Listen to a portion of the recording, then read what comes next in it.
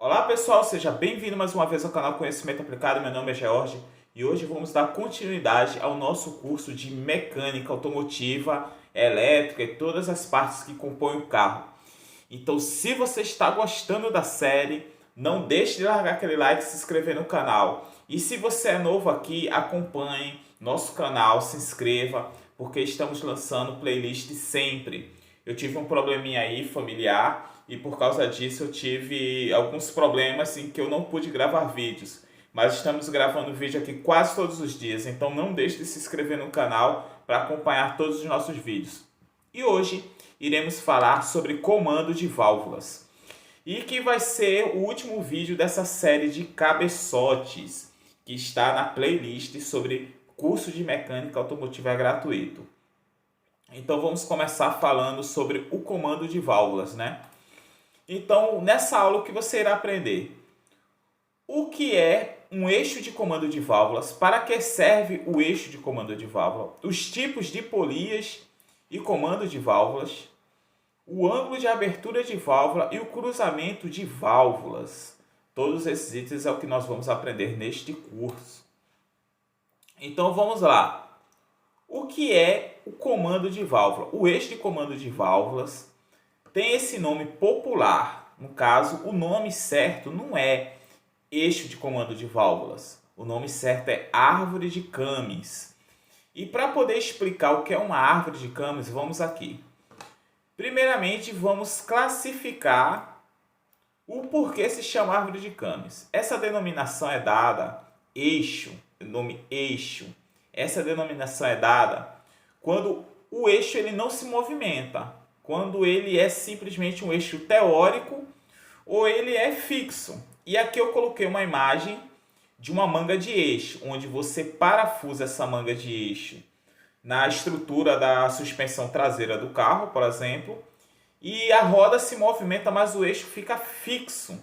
Então é isso aqui que verdadeiramente é o eixo. Mas quando o eixo se move, no caso aqui temos uma árvore de Cames de moto, no caso, quando o eixo se move, damos o nome a ele de árvore. Então árvore é quando você tem um eixo que se move. E quando o eixo é fixo, ele é eixo mesmo. Então digamos que temos esses dois tipos. Podemos também chamar de eixo árvore, mas geralmente é árvore. E o que é o came? O came é esse ressalto aqui, ó, que vocês podem ver aqui. Esse ressalto chama-se came, que é justamente o ressalto que empurra o tucho ou o balancim. Eu já falei sobre tucho e balancim nas aulas anteriores, então você pode voltar nas aulas anteriores e ver. E porventura, se eu julgar necessário algum tipo de reavaliação de algum conteúdo, eu posso postar posteriormente nessa série de cabeçotes. Então vamos lá, qual é a função da árvore de Cames? Agora que a gente sabe que o eixo de comandos também pode ser chamado de árvore de Cames, né? Então vamos praticar. Qual é a função do eixo de Cames? É controlar mecanicamente a abertura e fechamento das válvulas e, por consequência, né, os gases do motor. Então ele faz o quê? Ele faz o controle mecânico dessa abertura. Então, o que é que acontece? Temos aqui um came. Então, você observa que ele tem, no caso, um diâmetro, que é no caso da base dele. Então, ele tem uma rampa que é uma abertura. Quando ele começa a empurrar, ele passa por essa rampa de abertura. Chega a um topo e depois ele tem. Essa altura até o topo é o levante. Então, essa altura, que é o levante, é o quanto ele vai empurrar a abertura da válvula. Então, digamos que você queira aumentar e diminuir, no caso, a altura que essa válvula abre, você tem que aumentar o levante. Lembrando que quanto maior o levante, mais facilmente os gases vão entrar na câmara de combustão. Contudo, existe uma grande probabilidade de existir bater o pistão, no caso, no came, né? Na válvula. Então, esse levante tem que ter esse meio. Você não pode deixar tão alto que o pistão bata e não tão baixo que os gases não entrem, entendeu? E quanto mais largo esse topo aqui, ó, maior será a duração da abertura dessa válvula. E esse rolê todo a gente vai entender mais adiante. Vamos lá, fica comigo. Então, sincronismo das válvulas. Então, esse comando de válvulas, ele tem um sincronismo com o eixo, a árvore de manivelas, né? Que é o virabrequim, também conhecido como árvore de manivelas. Eu já falei dele sobre a série aqui no vídeo aqui. Então, o que é que acontece? Aqui temos a polia da árvore de manivelas, no caso, o virabrequim. E aqui temos uma correia dentada que passa por todo esse caminho aqui, né? E claro, vai ter carros que tem um único comando, tem carros que tem dois, eu já falei isso anteriormente. Então, ele sempre vai ter o quê? Ele sempre vai ter o dobro da velocidade, no caso o dobro do diâmetro, para ele funcionar na metade da velocidade da árvore de manivelas. Então, se você observar, a árvore de Cummins ele sempre vai funcionar com a metade da velocidade, justamente porque essa circunferência aqui, ó, ela é o dobro dessa circunferência de baixo, né? Então, ele funciona com o dobro da velocidade. E um outro ponto é que é um movimento sincronizado. Ele vai girar com a metade da velocidade e um movimento sincronizado. Normalmente, os motores eles têm essas marcações onde você faz o sincronismo. No caso da árvore de manivelas com a árvore de Cummins. Então você faz o sincronismo dessas duas peças. Quando não existe essa marcação, também existe uma técnica genérica em que você pode fazer no caso, essa marcação. Que como é que funciona? Você teria que botar um graminho relógio, tirar a primeira vela, botar um graminho relógio, que é para poder ver quando o eixo está no ponto máximo superior, e aí você fazer o posicionamento do eixo. Só que isso aí é muito complexo, precisa demonstrar na prática, e eu vou deixar isso para os próximos vídeos, tudo bem? Então vamos lá. Então aqui nós temos um outro motor, enquanto aquele motor anterior ele é duplo comando de válvulas, você vê que esse aqui é um simples comando de válvulas, que tem uma correia. Poderia ser uma corrente também interna banhada a óleo, e as correias elas são secas. Então você observa aqui a correia seca e ela tem um sincronismo. Então a árvore de Cummins gira sempre com a metade da velocidade. Observe que essa polia aqui ela tem a metade do diâmetro, como eu falei anteriormente, e possui esse sincronismo que tem que ser sempre com as demarcações. E aqui temos alguns tipos de polias para vocês entenderem. Então, essa polia aqui da esquerda é uma polia fixa. E qual é a vantagem dessa polia? Ela não tem como você perder a posição. Você coloca ela lá na posição e lá ela fica. E claro, evidentemente, ela é mais barata. E aqui existe uma polia variável manualmente. O que é que acontece? Você pode variar em que momento você vai abrir as válvulas. Porque digamos assim o seguinte, existe um momento em que a própria construção do motor ela se beneficia disso. Por exemplo, uma abertura em um certo ponto pode fazer com que o motor ele tenha mais potência na marcha lenta, mais próximo das baixas rotações, no caso, do que em alta rotação. Já você pode mudar essa variação, esse ângulo, e possibilitar maior potência nas altas rotações do que nas baixas. Então, para isso, você usa essa polia variável, que ela é ajustável manualmente.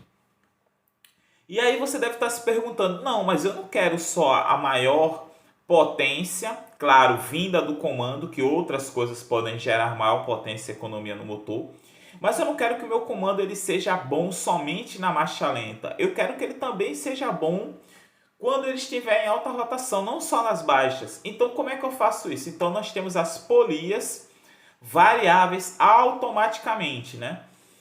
E o que é que acontece? Essas polias, elas têm vários tipos. As mais comuns são as que variam por força centrífuga, ou seja, quanto mais alta a rotação ela vai fazendo a variação pela força centrífuga, dentro dela tem pesos, onde quanto maior a rotação, maior a força centrífuga, e assim é a sua variação. E outras funcionam pela pressão do óleo.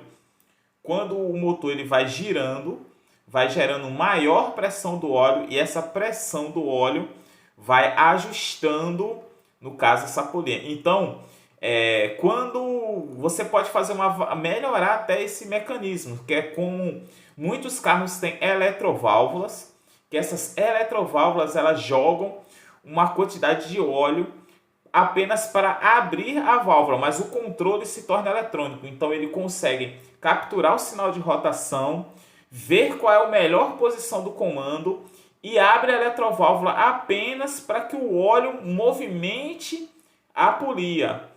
Ela não é 100% controlada eletronicamente. Ela precisa do controle eletrônico e com ação mecânica do óleo, né? No caso, esse tipo de polia aqui. Muitos carros você pode ver isso, né? Que funciona dessa forma. Então, cabe cada projeto. Você não vai pegar no seu carro que não tem essa polia variável e colocar ela lá sem um prévio estudo que pode dar ruim e pode até quebrar o seu motor com as válvulas sendo empenadas por perder o tempo correto.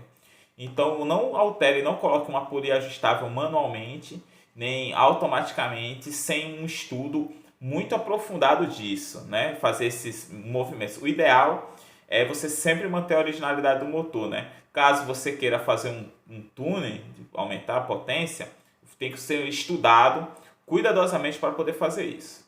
Então vamos lá. Sobre essa parte de preparação de motores, a gente teria que trabalhar somente nisso. O curso é mais voltado para a área da manutenção. E claro, do conhecimento de como funcionam os motores. Vamos lá. Tipos de comando. Nós temos aqui dois tipos de comando. Nós temos o comando fixo, onde se você observar, o CAM ele só tem um tamanho padrão fixo. Rígido aqui, você não consegue modificar. Para você poder modificar ele, você tem que usinar ele ou trocar o comando. Pronto, é assim que funciona. E nós temos o comando variável, onde você vê que nesse verde aqui nós temos um ressalto e no vermelho outro ressalto, em que esses ressaltos também podem ser controlados hidraulicamente através de eletroválvulas. Eu nunca vi nenhum tipo de controle desse tipo centrífugo, né? Mas eu não vou dizer 100% que não exista, mas geralmente eles são controlados hidraulicamente. Se vocês quiserem entender um pouco mais sobre isso aqui, vocês podem pesquisar no YouTube ou em outra plataforma o nome VTEC, que é o nome que dá esse comando variável da Honda, ou VVT, que é o dos carros Toyotas mais antigos que tem esse tipo de comando e que já vendeu até esse VVT para outras marcas, como a Jack Motors, por exemplo. Então, o ângulo de abertura de válvulas, né? Então, a permanência das válvulas de admissão e escapamento abertas é medida em graus. Então, por exemplo, você quer saber quanto é o tempo, a quantidade que ela abre, a altura em milímetros, normal. Mas o tempo que ela permanece aberta é em graus. E que faz referência à posição do virabrequim durante seu deslocamento. Então, o virabrequim vai se deslocando. Imagina que ele está no ponto zero. Ele vai se deslocando, então ele se desloca 10, ele está girando, né, 10, 20, 30 graus. Então, ele vai girando.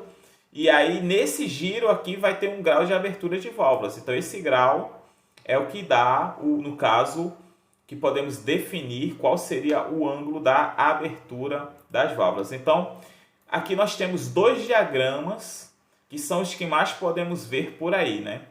Esse diagrama aqui é cíclico, tá? Ele está aqui com simplesmente essa abertura aqui, mas é cíclico. Então o que você observa?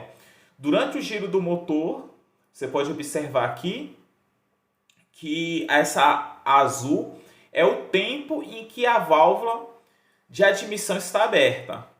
Então você observa que a válvula de admissão ela abre um pouco antes do motor chegar no ponto morto superior e ela fecha também um pouco depois do pistão também chegar no ponto morto inferior. Não é interessante? Então quem achava que a válvula abria e fechava somente quando o pistão estava no ponto morto superior está quebrando seus paradigmas aqui, entendendo um pouco mais.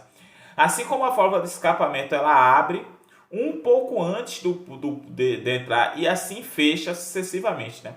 Então essa distância aqui, ó, esse intervalo em que essas válvulas elas estão abertas, né? Nós podemos chamar de cruzamento de válvulas. Também tem um termo em inglês que você pode pesquisar que se chama overlap. Você bota valve overlap que você vai entender o que eu estou querendo dizer. E para que serve isso? Quanto maior esse cruzamento das válvulas, o movimento dinâmico da saída dos gases de escapamento vai fazer com que melhore a economia do motor. Então aqui, ó, o movimento dinâmico da saída dos gases de escapamento pode otimizar a potência ou economia dos gases. Então os gases que saem aqui, quando ele sai, não sai totalmente. Então eles não saindo totalmente da câmara de combustão, melhora a economia. Se ele sai totalmente, melhora a performance. Então é por isso que nós temos que variar o comando de válvulas, né? Porque com isso a gente consegue otimizar o momento em que a gente vai querer mais economia ou maior potência. Então, quando o escapamento está saindo gás aqui, ó, a tendência é que quando ele está saindo, ele gere um vácuo aqui na câmara de admissão que ajuda a puxar o oxigênio junto com o combustível, que é essa mistura aqui na câmara na parte do coletor de admissão. Então esse movimento, esse cruzamento, gera esse gás residual que pode ser maior ou menor, ou seja, a quantidade de gás que fica na câmara de combustão. Então esse rolê todo de comandos variáveis é para entender sobre isso. Então, como regra geral, quanto maior o cruzamento, maior potência. Quanto menor o cruzamento, maior economia. E podemos variar isso conforme as nossas necessidades, né? Então, se você gostou, curta, compartilhe e se inscreva no canal. Não deixe de comentar se você tem alguma dúvida ou sugestão. Eu estarei muito feliz em responder se você tiver alguma dúvida ou sugestão. E eu estou gostando bastante do feedback de vocês que estão falando que estão gostando. Me perdoe eu não ter postado esses últimos dias, que o youtuber também é ser humano, também tem problemas e tal. Mas se tudo der certo, vamos voltar a postar diariamente. Então, muito obrigado por assistir até aqui e até a próxima.